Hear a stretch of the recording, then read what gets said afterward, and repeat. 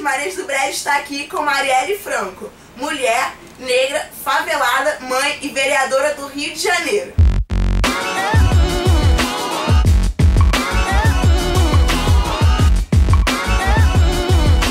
Bem-vindos ao Brejo! E aí, Marielle, como é que é a sua história desde a Maré até aqui? Muitas histórias, mas vamos lá, escolher algumas, porque acho que isso é importante pra gente dialogar com a mulherada, com a juventude. Enfim, até a adolescência, eu era uma adolescente favelada que jogava taco, brincava de bola de gude, bicicleta, estava no meio da rua, com regras, né? Enfim, tenho uma irmã mais nova, a família aí de formação católica, cristã, então com mais rigor, então tinha horário pra descer, brincar e horário pra subir. Até essa fase dos 15 anos eu tô morando no Conjunto Esperança, que é essa parte mais da Fiocruz ali, de quem desce na Zona Oeste. Porque eu acho que isso é importante, como tem muita gente do YouTube que não conhece o Rio, entender que parte da Maré é essa. E é um lugar que, enfim, até recentemente eu estava morando novamente, que tem 2 quadras, que tem plano, que a gente tem associação, é um lugar onde a gente consegue fazer festa junina na rua, onde as festas são na rua. E foi mudando muito ao longo do processo. Meu avô é um dos primeiros moradores da Maré. O seu Francisco, literalmente, ele tem, no Museu da Maré tem um lugar de homenagem a ele. É o pai do meu pai. Essa época ainda é uma época de pau-fita. Eu ainda pequena, assim, eu não tenho memória, vídeo e foto já, mas assim, a gente tem histórias da juventude do meu pai, do processo de pau-fita.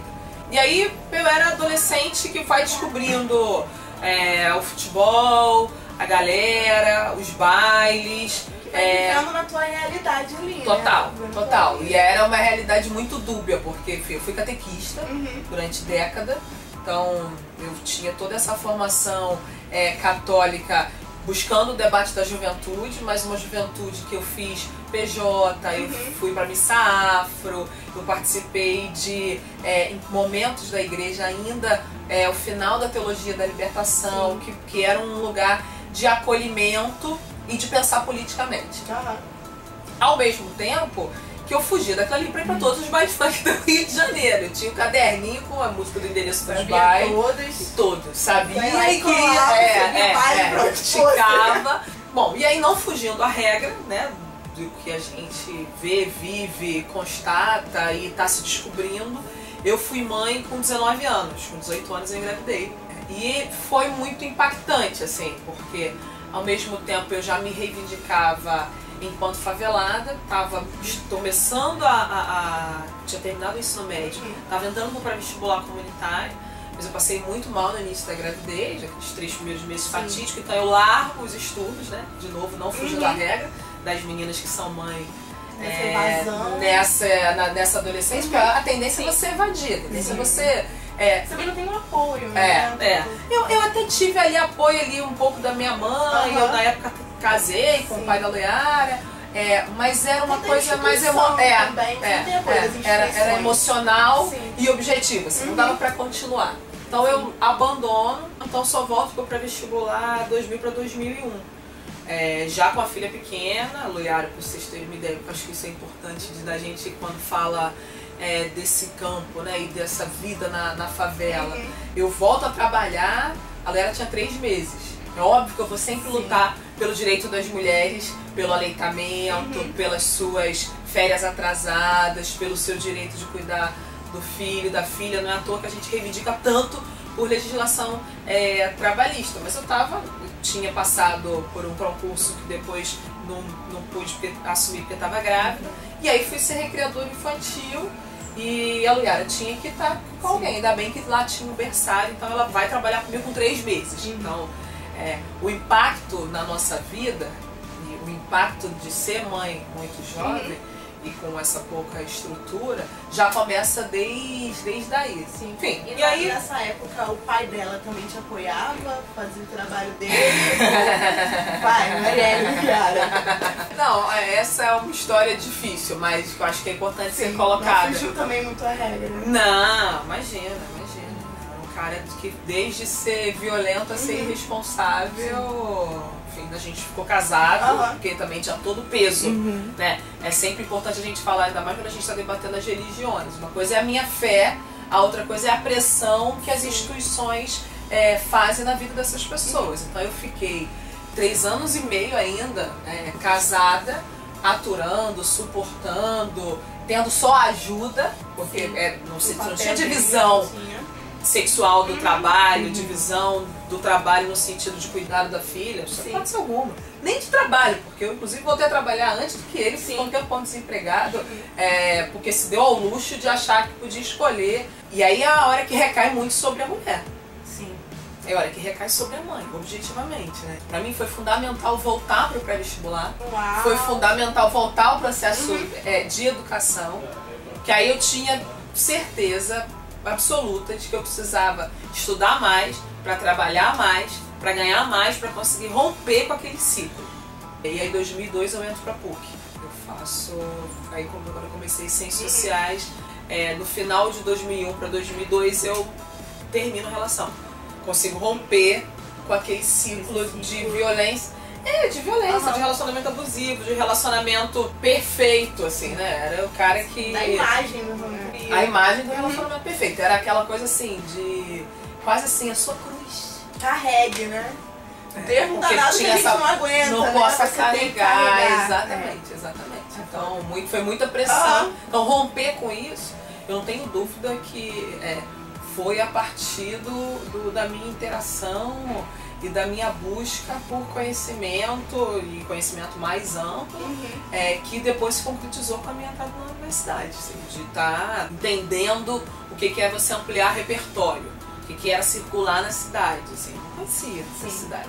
Eu lembro de quando eu cheguei na PUC, se a pessoa falasse que era para pegar 2 ônibus, eu pegava aqueles 2 ônibus. Eu nunca alterava qual era o outro ônibus, sabe? Assim, com o tempo é que aquilo vai mudando. Eu chego na PUC muito como a favelada. Isso que eu ia perguntar, como é que foi esse primeiro impacto de você lá, né? Porque a PUC... a gente tá falando de alto poder aquisitivo. Eu chego na PUC... muito arredia, assim, muito... não ia ter nada no meu caminho. Sabe, assim, então... não foi à toa que assim, eu briguei muito, eu discuti muito, discuti com o professor, discuti com gente, não aturava, brigava com tudo. Era uma questão aí também de sobrevivência. Ao mesmo tempo que eu era mais velha, assim, né? Eu já tinha mais maturidade, então tinha um respeito, já era mãe. Eu fui criando ali uma rede de relações de muito respeito, de também falar assim, tá bom, você sabe que você quer saber o que é violência? Vamos pra maré comigo.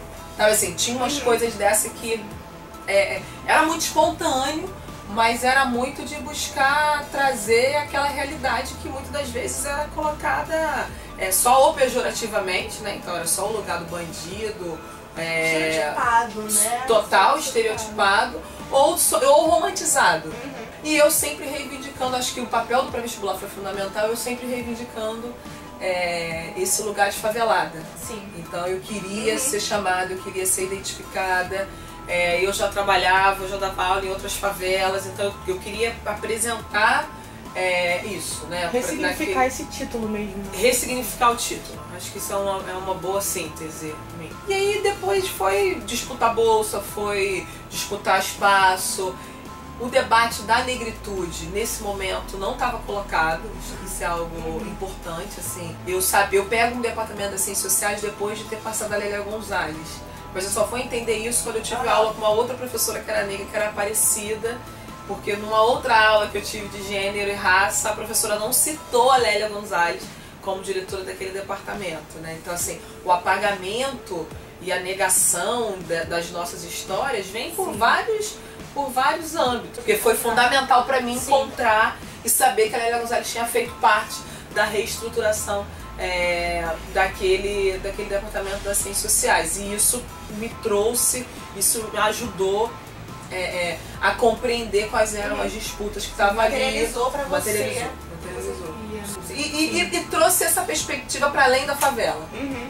O debate da negritude, ele vai sendo acumulado, enfim, ao longo do processo. Então, Eu hoje tô com um cabelo que eu quero, do jeito que eu quero. Então vai ter dia que ele vai estar preto, vai ter dia que ele vai estar turbante, vai ter dia que ele vai estar pro alto. Mas hoje, de 2013, foi a última vez que eu relaxei. Eu relaxei o cabelo por mais de 10 anos. Sim. Não era só porque era o boom da alta, que a gente, né, tem gente que levanta isso, a gente hoje vive um boom da autoafirmação. Você tinha uma flexibilização do debate da negritude também à época. Ao longo do processo é que a gente vai também acumulando, né? Falsificando exatamente todo o nosso discurso, né? Que até mesmo hoje em dia não é todo mundo na favela que também tenha isso. Sim, não. Firme, né? Sim. Porque todo mundo. Eu acho que tem uma geração que vem mais ampla, Sim. né? Mas não é, inclusive do campo conservador. Vai ter gente na favela que vai dizer que tem que matar, tem que entrar atirando, vai dizer que centro social que é bom. Minha própria votação, 10% da minha votação só foi na Maré. Se a gente pega a favela, se a gente pega o lugar de onde eu venho, tô junto por quem mais tem. E eu não fui a primeira mais votada. E nem tem, acho que a esquerda tem débito com esses espaços. Por conta da nossa formação, e aí pensando em esquerda clássica. Sim. Se a gente pensa em alguns clássicos, eles vão olhar primeiro para os corpos nas fábricas, sabe assim? Para os sindicatos, para um outro lugar. E não vai olhar para a avó da Leara, que era cobradora de ônibus, e o quanto que aquela mulher era massacrada também no processo produtivo do capital. Entendeu? Então a gente ainda está fazendo essa transição dessa compreensão de da onde que estão não só os corpos negros, mas os corpos empobrecidos, assim, e de fato dialogar com eles. Você sempre quis estar aqui onde você está hoje. Como surgiu tua vontade, esse teu pensamento? Então, eu sempre lidei, conversei, brinquei, assim, tem um lado expansiva de ser que as pessoas falam, vai ser política, então tinha uma coisa assim, sei lá de onde vinha. Em 2006, eu ainda tô na PUC, na verdade 2005, a gente faz a campanha contra o caveirão. Eu tinha perdido uma amiga, já que ele fazia economia na UERJ, e ela morre muito próximo da casa do meu avô, onde morreu o Matheus com uma moeda de R$1 na mão, saindo para comprar pão, que era um menino de 7 anos, onde já tem vários tiroteios. Então assim, um lugar onde a polícia sabe por onde entrar e o tráfico sabe por onde sair, sabe? Ali sabe. E aí, muito doloroso, porque ali tem vidas, ali tem uma igreja, ali tem a birosca, ali tem um salão, assim. Dessas intervenções da polícia, a gente começa a falar do direito à vida da favela. E aí a gente começa a fazer uma aula que era a ditadura de ontem e de hoje, falando das diversas formas de violência, e quem fez essa aula inaugural foi o Freixo, que tinha sido professor da minha irmã, dava aula pra gente esporadicamente, então eu considero ele um professor. E aí Marcelo é eleito em 2006.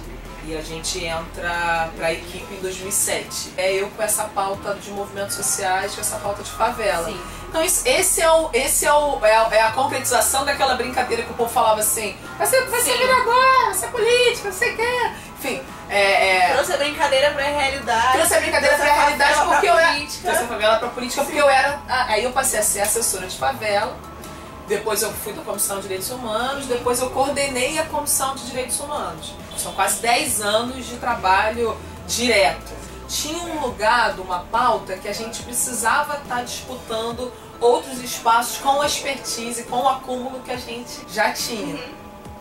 E aí em 2016 começou todo o processo eleitoral, assim, no início do ano, na verdade pré-eleitoral, de o que vai ser, quem vai estar, tem que ter mulher, tem que ter mulher, tem que ter mulher, e aí começou uma pressão, e não era algo que assim, vai ser isso, eu sempre sonhei estar nesse lugar, esse é o meu lugar. Não era imagina. Mas a gente fez uma atividade do Cidades Rebeldes, que era um curso com o David Harvey, que fala sobre direito à cidade, e eu estava mediando uma mesa no 8 de março, Dia Internacional da Mulher, e a princípio a Dona Penha estaria nessa mesa com a gente. E a Dona Penha, que é uma das grandes mulheres resistentes da Vila Autódromo. E o digníssimo prefeito à época, do PMDB, tá mais encalacrado do que tudo aí nas corrupções, manda derrubar a casa da Dona Penha no 8 de março, no Dia Internacional da Mulher. E aí a gente sai em ato, a Dona Penha chega na porta da Alerj, e ali, que já era uma conversa, não é para romantizar, mas eu já estava tendo conversa com algumas pessoas, que não era uma decisão só minha, né? A exposição da minha vida afetiva, da minha vida familiar, da minha vida pública, então é uma decisão difícil de tomar quando você não é das famílias que estão na política a vida toda, então não é uma coisa fácil. E aí naquele dia a gente decidiu, falar, tem que ter uma mulher, tem que ter uma mulher para constranger, para disputar, para fazer das pautas. E aí em março a gente começou a organizar e pensar o que era a pré-campanha, assim, nos colocamos à disposição do partido, o partido topou. E aí a gente começa a viver na prática o Eu Sou Porque Nós Somos, que foi o lema do processo eleitoral, enfim, de estar disputando coração, mente, rua, panfletagem, feira, baile, corpo a corpo, tudo.